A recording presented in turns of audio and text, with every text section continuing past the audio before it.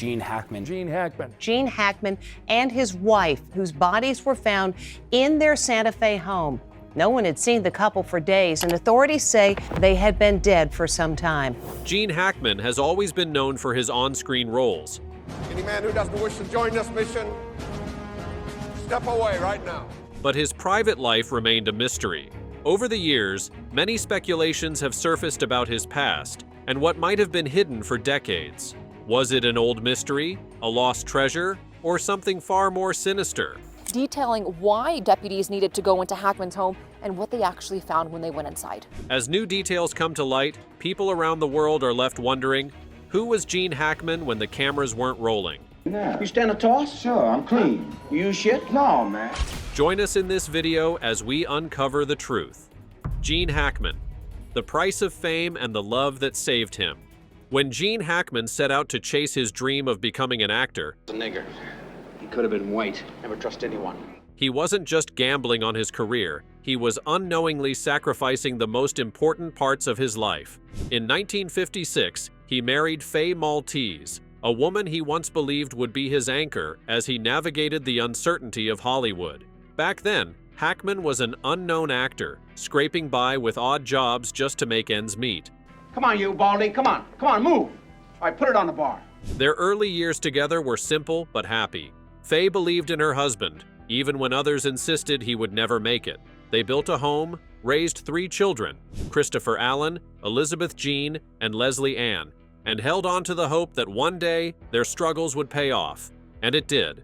By the late 1960s, Hackman's career had skyrocketed. Just send the best to you. Don't have to. Won't be that prison food. No. His breakthrough role in Bonnie and Clyde in 1967 made him a recognizable face, and by the 1970s, he was one of the biggest stars in Hollywood. Our colleagues' connections, they were all over him. And then on our own, after working the whole day and night. Films like The French Connection and The Poseidon Adventure cemented his status, bringing him fame, fortune, and respect. But while Hollywood's spotlight shined brightly on Hackman, shadows began creeping into his personal life. Consumed by work, he moved from one film set to another, spending more time in hotel rooms than in his own home. The calls to his family became infrequent. Dinner conversations with his children turned into a distant memory. The man who had once struggled to find his place in the industry was now lost in the very world he had fought so hard to enter. In a 1989 interview with the New York Times, Hackman confessed, "You become extremely selfish as an actor. You spend your whole life craving recognition, and when success comes, it's hard to say no. The money, the fame, the temptations, it was all too much for a man who had grown up with so little." My art, one can let go and one can soar. Faye waited, hoping things would change, but time only widened the distance between them. After 30 years of marriage, in 1986, they quietly divorced. No public scandals, no messy legal battles, just the quiet realization that too much had been lost along the way. Years later, in an interview with Gentleman's Quarterly magazine, Hackman was asked what advice he had for his son. His response was steeped in regret. "I was away for too long. I don't have any advice to give. Was it a series of bad choices? Or was it simply the price of ambition?" Whatever the reason, Hackman had learned the hardest lesson of all. Success can be intoxicating, but it often comes at an unbearable cost. I realize that I just can't work as much as I have in the past. I love to work. I like when I'm actually doing it. For years, he lived alone, a man with everything except the family he had once built. Then, in the late 1980s, he met Betsy Arakawa, a pianist who had no ties to Hollywood. She was 32 years younger, and their relationship grew naturally, away from flashing cameras and red carpets. For the first time, Hackman found something he had never known: peace. By 1991, they were married. This time he made a choice. His career would no longer come first. Together, they stepped away from the limelight, choosing a quiet life, far from the world that had once consumed him. But even before Gene Hackman found peace, darkness loomed around him, shaping his untold destiny. I like to keep my personal life fairly common. A life marked by tragedy. Gene was not spared from challenges. In fact, he faced some of his major challenges before his name was well known. Before Gene Hackman found peace, fate had destined him to endure a series of life-altering tragedies. memories he would rather forget. One of the earliest and most painful blows came in 1962 when his mother, Lydia Hackman, died in a house fire. According to reports, she had been drinking heavily, fell asleep with a lit cigarette, and the flames consumed the house before she could escape. For Hackman, it wasn't just the loss of a mother, it was unbearable regret. She had been the only one who truly believed he could make it as an actor. But by the time his name was starting to appear on movie screens, she was gone. She never got to see the success she had always told him was possible. Unlike many other aspects of his life, Hackman rarely spoke about this tragedy. But in a rare interview, when asked if there was one film he wished his mother could have seen, he quietly responded, "I never sang for my father." The film told the story of a strained relationship between a son and his father, a story that mirrored his own. Woman, you mentioned several times. I'll tell you all about California at dinner time, okay? Perhaps in some way, acting in those emotional roles was his way of speaking to the loved ones he had lost. Grief threatened to consume him, but Hackman did what he always did. He buried himself in his work. Acting became his escape. He took on role after role, immersing himself so deeply in his characters that, for a brief moment, he could forget the pain. What do you want us to do? Get out a white paper and let it be known that we, Alice and Gene, have done all we can to... That period saw some of the most defining performances of his career. Under Fire 1983, Hoosiers 1986, and Mississippi Burning 1988 cemented his place among Hollywood's elite. But behind the powerful performances was a man simply trying to outrun his sorrow. Yet life wasn't done testing him. Hackman's struggles weren't just emotional, he also had his fair share of real-life confrontations with danger. And what happened next would prove that fame couldn't shield him from the unexpected. For all the roles Gene Hackman played on screen, few knew that his real-life moments were just as intense, if not more. One of the most unforgettable incidents happened in 2001, proving that even in his 70s, he wasn't a man to be underestimated. While driving through Hollywood, Hackman accidentally collided with another car. What should have been a simple exchange of insurance details quickly turned into something else. Two young men stepped out of the vehicle, visibly furious. Instead of handling the situation calmly, they hurled insults at Hackman, completely unaware of whom they were provoking. Hackman wasn't just an aging actor, he was a former Marine. At 71, he wasn't about to be intimidated. Without much exchange of words, he threw the first punch. Chaos erupted in the middle of the street as fists flew. The brawl escalated quickly before police arrived to break it up. No one was arrested, but the incident sent a clear message. Despite leaving behind action-packed roles, Hackman had never lost his fighting spirit. However, while street fights were one thing, his closest brush with death came years later. In 2012, while cycling on a Florida road, without a helmet, Hackman was suddenly struck by a truck. News of the accident spread like wildfire, with fans fearing the worst. A man in his 80s getting hit by a vehicle? It sounded like a tragedy waiting to happen. But against all odds, Hackman survived. He sustained only minor injuries and was discharged from the hospital the same day. Those close to him said that despite his age, he never gave up cycling. But from that day forward, one thing changed. He never rode without a helmet again. Yet perhaps the biggest shock surrounding Hackman wasn't a fight or an accident. Is that gun just for show, or do you get to shoot people once in a while? It was his sudden disappearance from Hollywood. Rewind to 2004. After wrapping up the comedy Welcome to Mooseport, Hackman quietly stepped away. No farewell speech, no retirement announcement, no grand send-off like other Hollywood legends. One moment, he was on screen. The next, he was gone. At the time, many believed he was just taking a break. But as the years passed, one question kept resurfacing. Why would a man still at the top of his game, still capable of commanding the screen, suddenly vanish? Keep watching to find out. Gene Hackman's final exit, a man at war with himself. For years, Hollywood had shaped Gene Hackman's life, but in the end, it wasn't a lack of roles or fading relevance that drove him away. It was his own body sounding the alarm.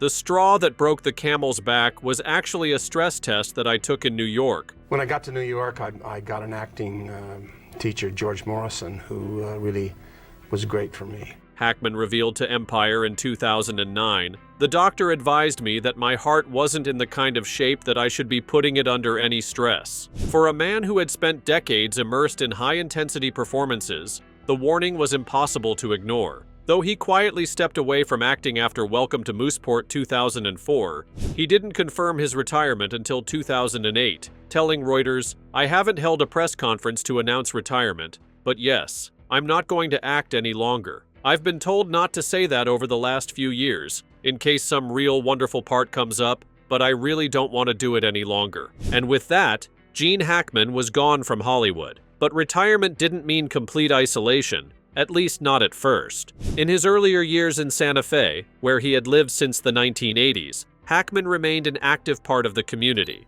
An accomplished painter himself, he served as a board member of the Georgia O'Keeffe Museum and even spoke at its opening, telling the crowd, "In the 10 years I've lived here, I've been taken with the excitement and indomitable spirit of this place." For a while, Hackman was a familiar face around town. Locals would spot him at restaurants, art galleries, and charity events. He even became a regular topic in Santa Fe's celebrity gossip columns. But as the years passed, those sightings became increasingly rare. Then, in 2012, his name made headlines for an entirely different reason. According to reports, Hackman was involved in yet another public altercation, this time with a homeless man. He and his wife, Betsy, had reportedly given money to the man for years. But on that particular day, something changed. The man allegedly hurled an insult at Betsy, and Hackman, then in his 80s, reacted instinctively. He slapped him across the face. The incident reignited talk of Hackman's notorious temper, something he had been unable to shake since his Hollywood days.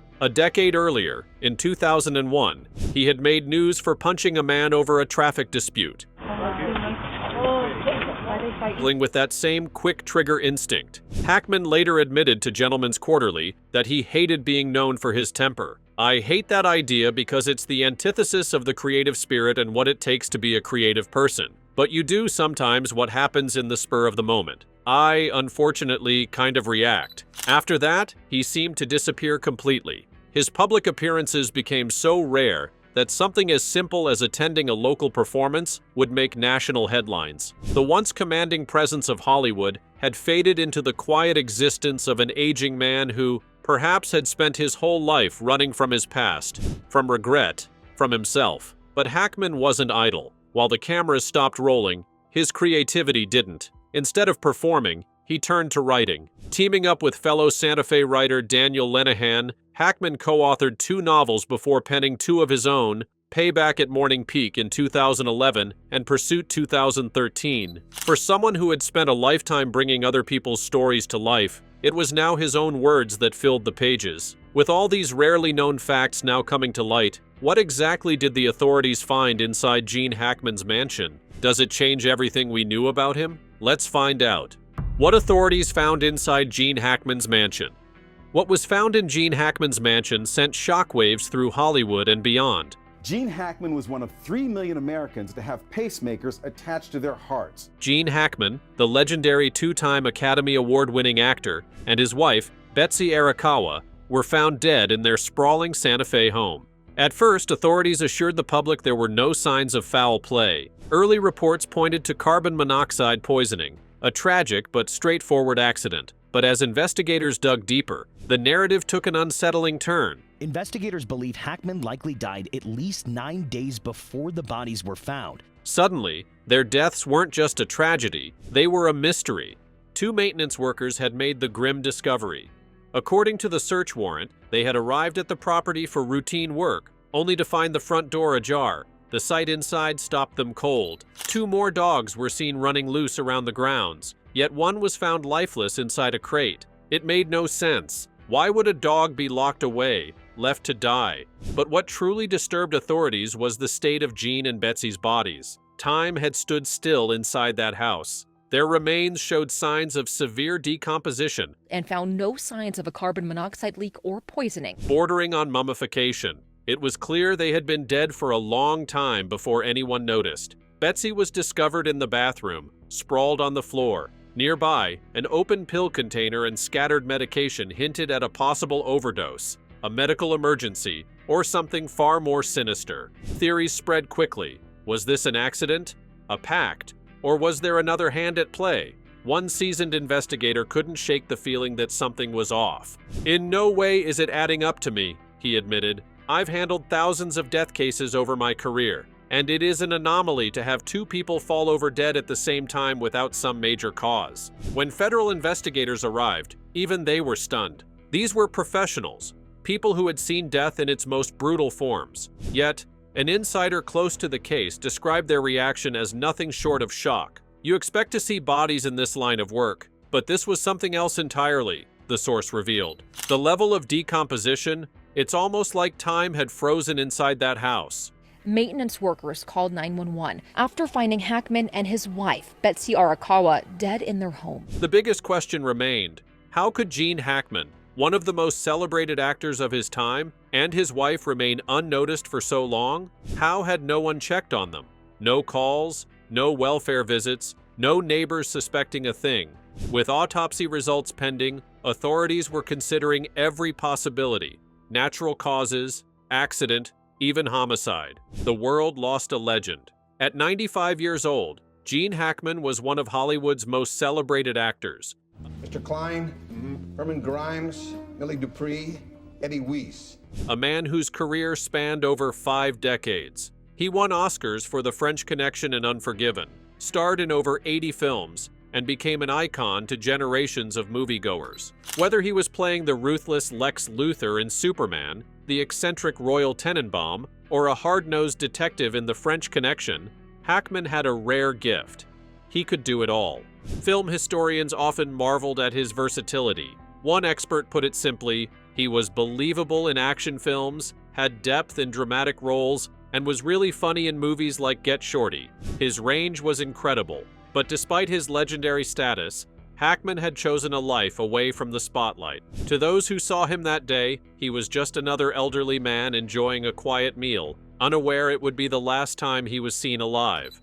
And tonight we are learning more about the deaths of actor Gene Hackman and his wife. Fans mourned, but questions remained. Authorities assured the public they would uncover the truth. The autopsies and toxicology reports were expected to provide answers. But as investigators continued to examine the strange details surrounding the deaths of Gene Hackman and Betsy Arakawa, one chilling question remained: what really happened inside Gene Hackman's home in those final days? We may never know, but the discovery only deepened the mystery, leaving more questions than answers. A case of unanswered questions.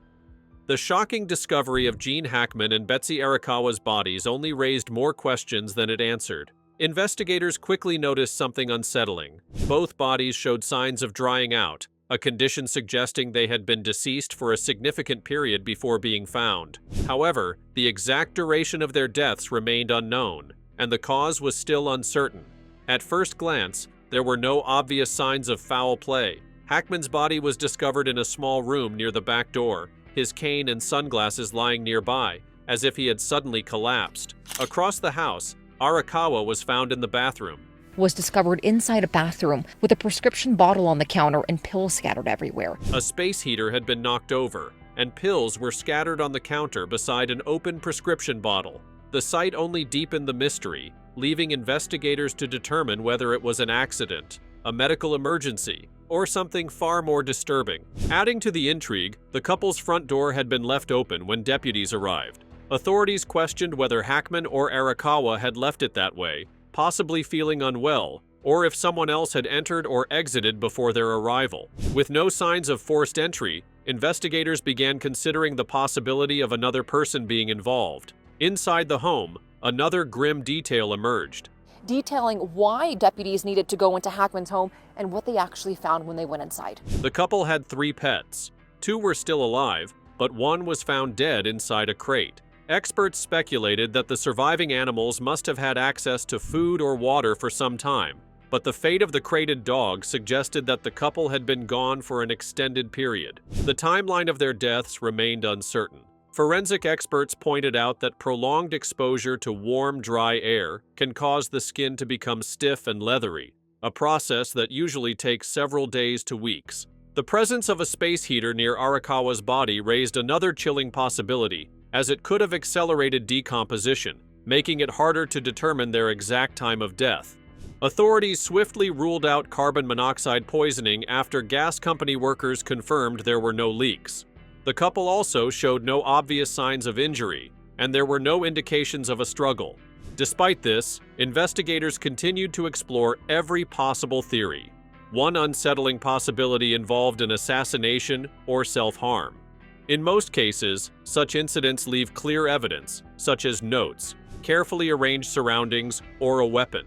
However, there was no indication of any of these at the scene. Another theory suggested a double self-harm. Some speculated that the couple, possibly due to health struggles, had made a pact to end their lives together. Typically, in such cases, both individuals remain in the same room, yet Hackman and Arakawa were found in different parts of the house. This raised the possibility that one of them had passed first, leading the other to follow soon after. Alternatively, investigators considered whether it was simply a tragic accident. If Hackman had fallen and suffered a fatal injury, Arakawa may have discovered him and taken pills in distress. However, without toxicology results, this remained pure speculation. Environmental factors were also taken into account. Authorities examined whether severe dehydration, exposure to an undetected toxin, or an unforeseen medical event could have contributed to their deaths. With no immediate answers, investigators turned to the couple's medical records, phone logs, and emails to uncover any signs of unusual activity in the days leading up to their deaths. Another unsettling aspect of the case was the open door. If no one had forced entry, authorities considered the possibility that someone had left before police arrived. Investigators questioned whether there had been a visitor that night, someone who had simply found them and left, or whether a more sinister presence had been inside the house. For now, the cause of death remains unknown. Whether it was a tragic accident, a conscious decision, or something more chilling, only time and the results of forensic tests would provide the truth. However, as investigators dug deeper, they were not the only ones searching for answers. A loved one's perspective could finally shed light on the final days of Gene Hackman and Betsy Arakawa. Leslie Hackman speaks on Gene Hackman's mysterious death. The investigators weren't the only ones searching for answers. The situation becomes even more perplexing with the recent testimony from Leslie Hackman, Gene's daughter from his first marriage. In an emotional statement to the press, she described her father as being in excellent physical condition despite his advanced age. According to Leslie, the Oscar-winning actor remained active well into his mid-90s, regularly practicing Pilates and yoga. His commitment to fitness defied expectations for someone of his age. She emphasized that there were no signs of any health concerns. Her voice wavered as she expressed her disbelief, stating, "Dad was remarkably spry and sharp for someone his age.